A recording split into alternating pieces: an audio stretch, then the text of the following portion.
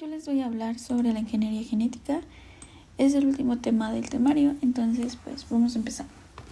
Los temas que les voy a decir, el primero es ¿qué es la ingeniería genética? La degradación y síntesis de ácidos nucleicos. El tercero es la degradación y síntesis de ácidos nucleicos química, la degradación enzimática, ADN recombinante, DNA plásmico, aislamiento de fragmentos de DNA, nucleasas,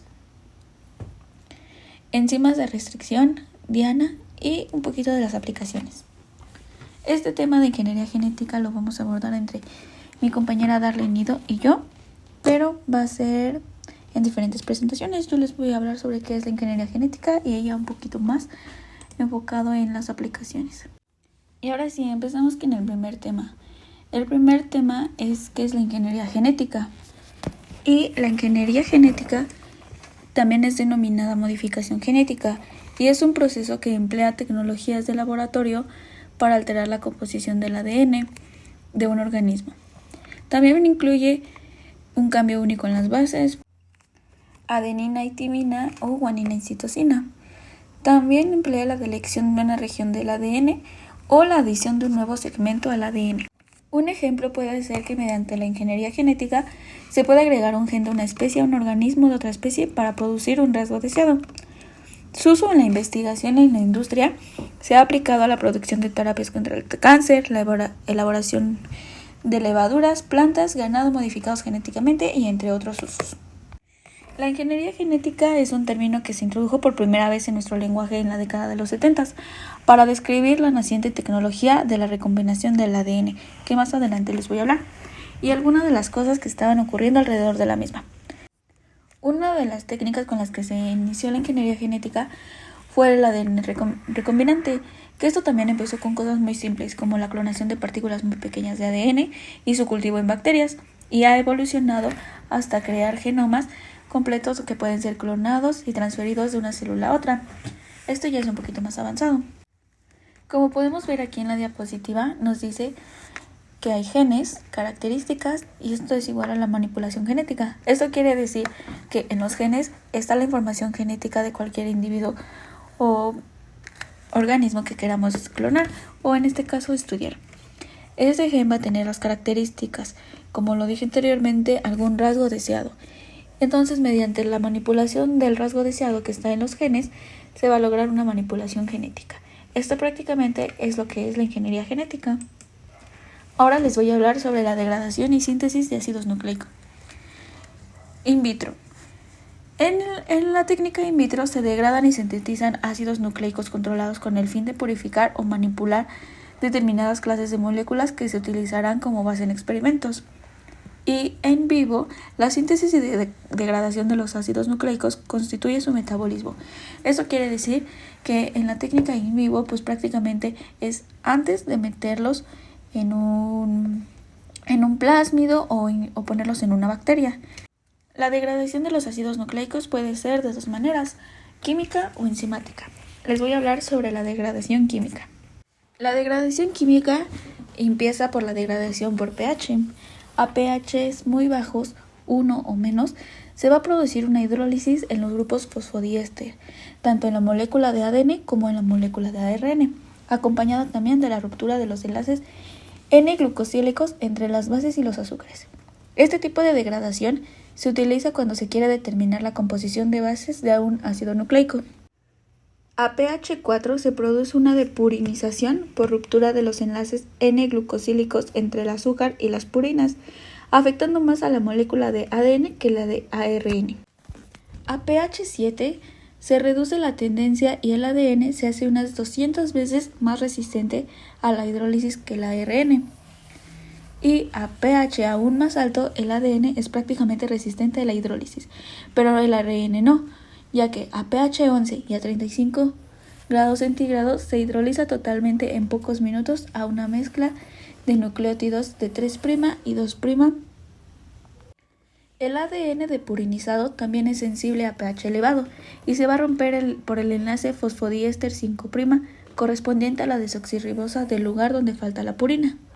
Existe algo que se llaman tijeras químicas, que en esta técnica se puede manipular el ADN utilizando una especie de tijeras químicas que cortan el ADN en lugares concretos definidos por los oligonucleótidos complementarios a cualquier secuencia. Cada tijera estará formada por dos componentes.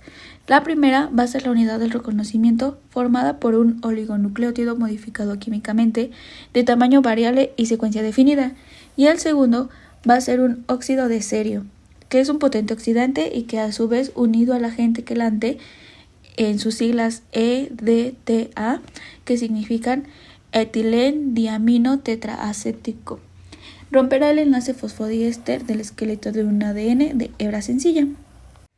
Ahora seguiremos con la degradación enzimática. En esta degradación, las enzimas que degradan los ácidos nucleicos se denominan en general nucleasas y pueden ser de dos tipos dependiendo de si actúan a partir de los extremos, que en este caso son llamadas exonucleasas, o dentro de la cadena, endonucleasas. Vamos a empezar por la ADNasa 1, que también es llamada endonucleasa 1 de Escherichia coli, endonucleasa 1 bovina. Tiene dos nombres. Esta endonucleasa hidroliza el ADN limpio y purificado de hebra simple y doble, así como la cromatina, pero prefiere cortar detrás de las pirimidinas unidas a los nucleótidos y va a originar extremos 5'P o 5'fósforo y 3'hidroxi. En presencia de magnesio, ataca al azar a cualquiera de las dos hebras y produce mellas. Como ya lo vimos en otras clases, las mellas son algunos huecos en el ADN. En presencia de manganeso, va a cortar ambas hebras aproximadamente en el mismo lugar.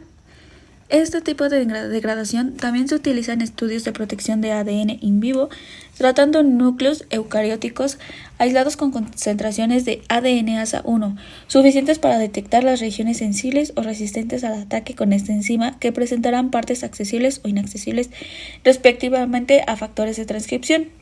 Dentro de las regiones accesibles, las que están protegidas por los factores de transcripción concretos en un momento dado se harán internamente resistentes.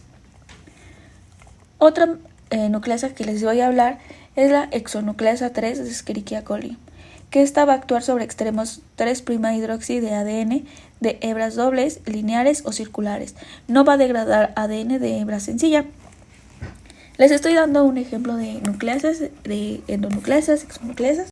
Entonces, siguiendo con los ejemplos, les voy a hablar de la nucleasa S1. Esta nucleasa va a degradar ADN de hebra sencilla y ARN.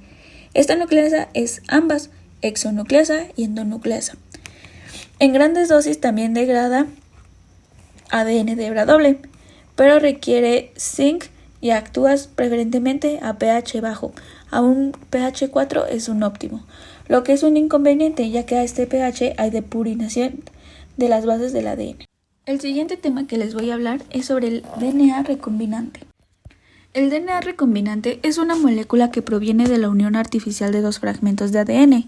Por lo tanto, la tecnología de ADN recombinante es el conjunto de técnicas que nos van a permitir aislar un gen de un organismo, para así poder tener una manipulación e inserción en otro diferente. De esta manera podemos hacer que un organismo, ya sea animal, vegetal, bacteria u hongo, o hasta un virus, produzca una proteína a la que le sea totalmente extraña. Estas técnicas se van a emplear normalmente para la producción de proteínas en gran escala, ya que podemos hacer que una bacteria produzca una proteína humana y lograr una superproducción, como en el caso de la insulina humana, que actualmente es producida por bacterias en grandes recipientes de cultivo, denominados bioreactores. Como las bacterias se multiplicarán muy rápidamente, pueden expresar grandes cantidades de proteínas, y así es posible lograr una sobreproducción de la proteína deseada.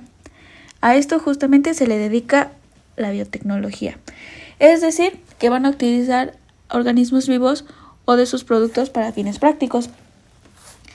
El desarrollo de la tecnología del ADN recombinante fue posible gracias a varias líneas de investigación, como lo es, en primera parte, el conocimiento de las enzimas de restricción, que más adelante les voy a hablar.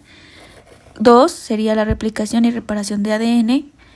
3, la replicación de virus y plásmidos, que también les voy a hablar.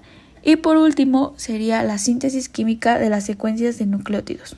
En 1975, Daniel Nahtals y Hamilton Smith descubrieron un tipo de proteínas, que son las enzimas endonucleasas o enzimas de restricción, que van a actuar como tijeras moleculares, que ya les hablé anteriormente de esto, que van a cortar la doble cadena de ADN a través del esqueleto de fosfatos sin dañar las bases. Este descubrimiento de estas enzimas condujo a muchos microbiólogos al Premio Nobel en 1978 y dio origen a la ingeniería genética. Las enzimas de restricción son producidas por bacterias como método de defensa contra virus y van a degradar ADN extraño. El propio genoma bacteriano estará protegido contra sus enzimas de restricción mediante metilaciones, es decir, el agregado de un grupo metilo en un átomo específico de ciertos nucleótidos. Estas moléculas nos van a ser indispensables para la ingeniería genética, ya que nos van a producir fragmentos que se van a poder unir entre sí fácilmente con la ayuda de un pegamento molecular, que en este caso va a ser la enzima ligasa. Las enzimas de restricción cortan dejando extremos cohesivos o romos. Más adelante les voy a hablar un poquito más a detalle sobre los romos y las enzimas de restricción. Ahora les voy a hablar un poco sobre el DNA plásmico. El DNA plásmico circular nos va a ser muy importante para la ingeniería genética, ya que en este va a ser en el que se va a pegar el gen que queramos clonar. Más adelante les hice un esquema donde viene bien especificado el corte del gen, cómo se pega al plásmido y cómo este se va a ir agregando a una bacteria. Pero mientras les diré qué es el DNA plásmico. Cuando se aísla el ADN a partir de bacterias que contienen plásmidos o de levaduras, las muestras que se obtienen van a tener DNA cromosómico y plásmidos, y esto se va a tener que separar. La mayor parte del ADN cromosómico puede ser eliminado por centrifugación a baja velocidad. El ADN cromosómico no nos va a ser importante en esta parte. 3. El DNA plásmico circular se purifica por un procedimiento que se basa en la forma circular del ADN plasmídico y la fragmentación tan considerable del cromosoma circular bacteriano. El DNA plasmídico es bastante resistente a la fragmentación porque es mucho menor que el cromosómico. Como podemos ver en esta imagen, tenemos una bacteria y los circulitos que nos están señalando son el DNA plasmídico. Quédense con la imagen del DNA plásmico porque más adelante va a ver cómo se va a pegar el gen a este tipo de plásmido. Ahora les voy a hablar sobre el aislamiento de fragmentos de ADN. En la metodología del ADN recombinante, los fragmentos de ADN se van a obtener por el tratamiento de las muestras de ADN con una clase de nucleasas específicas. Vamos a ver qué son las nucleasas y las exonucleasas. Pero bueno, anteriormente ya les había dicho un poco sobre las exo- y endonucleasas. La mayoría de las nucleasas que se han ido aislando de diferentes organismos van a producir cortes al azar en la secuencia del ADN. Las que van a cortar dentro de la cadena del ADN, como ya lo recordaremos, son las endonucleasas.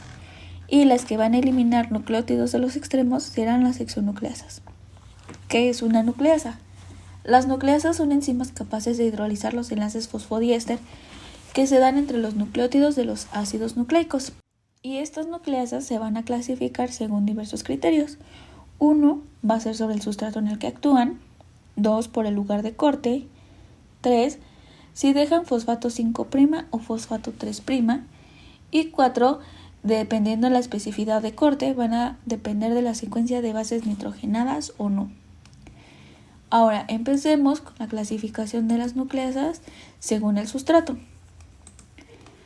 En el tipo de sustrato vamos a tener al ADN, que tiene una desoxirribonucleasa, que va a estar presente en ADN simple de cadena o ADN de doble cadena. También vamos a tener al ARN con una ribonucleasa, y cuando tenemos un híbrido con ARN y ADN. Por ejemplo, la ribonucleasa H va a eliminar ARN de híbridos de doble cadena, ADN-ARN. En la replicación elimina el cebador de ARN que es sintetizado por la primasa. Luego nos vamos a ir por el segundo, que vendría siendo el lugar de corte. También se le llama extremo 5' o 3' o interno. En la imagen tenemos una cadena donde Al principio estamos viendo un extremo 5' fósforo, que el fósforo va a ser todas estas P que ven en la cadena. La hexonucleasa 5' va a actuar en este